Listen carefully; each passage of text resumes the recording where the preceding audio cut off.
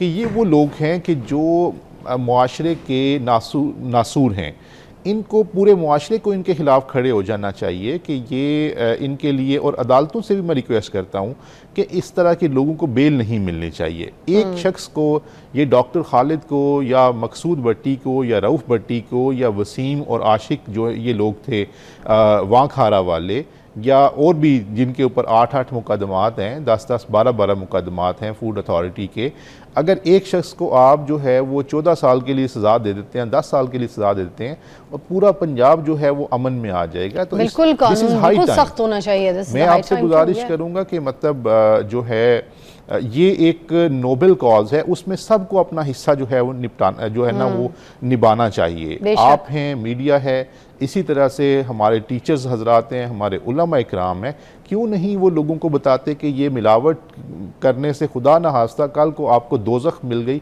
तो कितनी को ज़िंदगी है, कितना को पैसा यहाँ से मिलावट वाली चीज़ों से कमा लोगे। जब सरकार ने हुक्म फरमाया कि मन गश्शा फलैसा मिन्ना, जिसने मिलावट की वो हम में से नहीं है, इसका मतलब क्या है? इसका मतलब है वो मुसलमानों की जमात से खारिज है। अब इसको आप तशरीह करके लोगों को बताएं कि कल को खुदा न खास्ता अब उसकी वजह क्या है। सरकार ने ये नहीं फरमाया कि कत्ल वाला हम में से नहीं है, ये नहीं फरमाया कि चोरी करने वाला हमसे नहीं वाला। तो वजह क्या थी कि मिलावट करने वाला शख्स सोसाइटी एट लार्ज के खिलाफ क्राइम कर रहा है, उसके क्राइम की वजह से पब्लिक हेल्थ मुतासिर हो रही है। खुदा न खास्ता ये मिलावट वाला जो दूध है, इसकी वजह से मैडम मैं बिल्कुल वो बात कर रहा हूँ, WHO की रिपोर्ट इसके ऊपर मौजूद है कि खुदा न खास्ता किसी शख्स के किडनीज अफेक्ट हो सकते हैं, उसके हार्ट को इश्यूज़ हो सकते हैं, उसके लंग्स डैमेज हो सकते हैं, और it's a kind of slow poison. ये जो पाउडर है ये आता कहाँ से? चाइना से आता है ये कहीं से? मैडम इसमें बनाया जाता है कोई केमिकल से? बहुत सा पाउडर जो होता है ना, ये खुश्क दूध पाउडर जो है, ये स्किम मिल्क पाउडर या खुश्क दूध का पाउडर जो है, ये स्मगल होके आता है। कहाँ से? बहुत से इलाकों से, ईरान से भी आता है, अफ़गानिस्तान से भी स्मगल होके आता है। ये सस्ता होता है।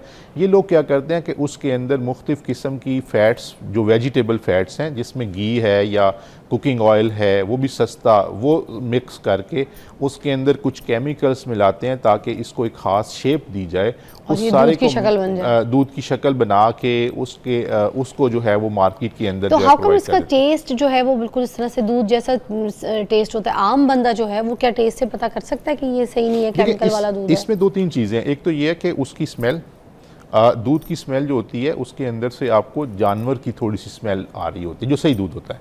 दूसरा ये है कि उसको जब आप बॉयल करते हैं तो उसके ऊपर बलाई आती है। जो सही दूध नहीं होता, जाली दूध है, उसके ऊपर बलाई उस तरह से नहीं आती। इसी तरह से जब आप उसकी बलाई में से आपको जैसे देसी घी की सी जो है ना वो एक स्मेल आएगी, खुशबू आएगी, तो अगर उसकी बलाई के अंदर से वो उस तरह की देसी घी वाली खुशबू नहीं आ रही तो इसका मतलब ये है कि वो दूध ठीक नहीं है। फिर उसके बाद उसका टेस्ट है, सही दूध जो होता है ना उसका टेस्ट आपको बड़ा ही एक अच्छा टेस्ट होता है, आपका दिल करता है कि इसको जो है वो पिया जाए। और जो दूध ठीक नहीं है, जो जाली दूध है, केमिकल्स वाला दूध है, उसमें से आपको स्मेल भी आएगी, उसका टेस्ट भी जो है ना वो ठीक नहीं होगा। इसके ऊपर पंजाब फूड अथॉरिटी की एक छोटी सी हमने जो है ना अपनी वेबसाइट के ऊपर भी अपलोड की हुई है एक इंफॉर्मेटरी वीडियो, उसको भी ज़रूर देखें। उसमें डिटेल से हमने बताया कि सही दूध की पहचान क्या है और जो ख़राब यानी कि जाली दूध है उसकी पहचान जो है वो क्या है। मोटी मोटी चीज़ें मैंने आपको बता दी हैं, क्योंकि बात यह है कि ये इतना आम हो चुका है कि हमारी तमाम मेहनत के बावजूद कहीं ना कहीं से, और मैडम मैं बताना ज़रूरी समझता हूँ कि हमारी टीम्स रातों को पहरा देती हैं, रातों को हम लोग जो है ना वो हमारी टीम्स जाग रही होती हैं, मुख्तलिफ़ इलाकों के अंदर नाके लगाए होते हैं, दूध की शॉप्स के ऊपर से सैंपल्स जो है ना वो हम ले रहे होते हैं, दूध के जो कलेक्शन सेंटर्स हैं वहाँ से हम सैंपल्स जो हैं वो कलेक्ट कर रहे होते हैं। तो इट्स अ काइंड ऑफ क्या कह सकते हैं कंटिन्यूस वॉर। तो ये सोसाइटी इस हद तक जहनी पस्ती का शिकार हो गई है कि उन्होंने शायद ये सोच लिया है कि हमने धोखा से ही काम चलाना है, हमने जाली दूध ही बेच के जो है वो काम चलाना है। जो बड़े बड़े नेटवर्क्स हमने पंजाब से भगाए वो फिर इस्लामाबाद चले गए। इस्लामाबाद फूड अथॉरिटी वालों के साथ DC इस्लामाबाद इरफान मेमन साहब मेरे दोस्त हैं, मैंने उनको रिक्वेस्ट किया, एक दो और भी सीनियर लोगों को रिक्वेस्ट किया, तो फिर हमने मिल के उनके ऊपर इस्लामाबाद फूड अथॉरिटी और Punjab food authority Rawalpindi team ने मिल के कोई 26 FIRs हमारी इस्लामाबाद में जाली दूध वालों के खिलाफ हैं। इसी तरह से एक नेटवर्क था मकसूद भट्टी का, ये लोग पंजाब से भाग के केपी चले गए। केपी वालों के साथ मिलके हमने इनकी सारी फैक्ट्री, इतनी बड़ी फैक्ट्री थी, उसके ऊपर 25-30 करोड़ की इन्वेस्टमेंट इन्होंने की हुई थी, वो सारी की सारी जाली दूध बनाती थी, उस सारी फैक्ट्री को डिसमेंटल किया। मतलब कहने का ये है कि ये लोग जो हैं इतनी इतनी इन्वेस्टमेंट करके, तुम कोई हलाल काम में इन्वेस्टमेंट कर लो, तुम कोई जो है वो अल्लाह ताला के खौफ के अंदर आके ऐसे काम की तरफ चले जाओ कि तुमने ज़रूरी केमिकल्स वाला दूध लोगों को पिलाना सर है। बिल्कुल सही आपने फरमाया। देखिए, लंबरदार हर इलाके के अंदर होते हैं, हर मोज़े के अंदर होते हैं, जो देही मोज़े होते हैं, हमारे रूरल एरियाज़ होते हैं। उस लंबरदार की जो ड्यूटीज़ हैं, गवर्नमेंट का वो एक विलेज ऑफिसर का वर्ड उसके लिए यूज़ किया जाता है कि वो गवर्नमेंट के लिए जो है वो एक हेल्पिंग हैंड होते हैं। उसने बताना होता है कि उसके एरिया के अंदर कोई क्राइम तो नहीं हो रहा, उसके एरिया के अंदर कोई एपिडेमिक, कोई डिज़ीज़, कोई इस तरह का इशू तो नहीं है, कोई बाहर से ऐसा कोई दहशतगर्द टाइप या कोई और इस तरह का शख्स तो नहीं आया जो उसके एरिया के पीस को ख़राब कर सकता है। तो ये सारी चीज़ें उसकी ड्यूटीज़ में शामिल होती हैं। तो वो जो 3 नंबरदार थे उनको फिर डिप्टी कमिश्नर साहब ने, क्योंकि वो फ़राइज़ से गफलत बरत के मुर्तकिब हुए थे, उनको सस्पेंड किया और उसकी इंक्वायरी भी जो है वो लगा दी। और उसके साथ साथ जो चक बेदी वो थाना था, उसका जो SHO था, वो भी इस जो फ़खर नाम का लड़का आपने देखा जो दाढ़ी वाला था, उसको उसके साथ उसकी कुछ वीडियोस पाई गई, उसको भी हमने फिर जो DPO साहब से रिक्वेस्ट करके सस्पेंड किया। उसकी वीडियोस कौन सी पाई गई, मतलब आई एम नॉट गेटिंग, किस तरह की वीडियो? जो मौके का SHO था, थाना चक बेदी थाना लगता था, वहाँ पे उसकी भी जो फ़खर नाम का ग़िज़ाई दहशतगर्द है जिसने हमारी टीम के ऊपर हमला किया, उसकी उसके साथ दोस्ती थी। उसकी कुछ टिकटॉक के ऊपर आपस में वीडियोस जो है ना दोनों की, वो भी पाई गई SHO की और उसकी थी।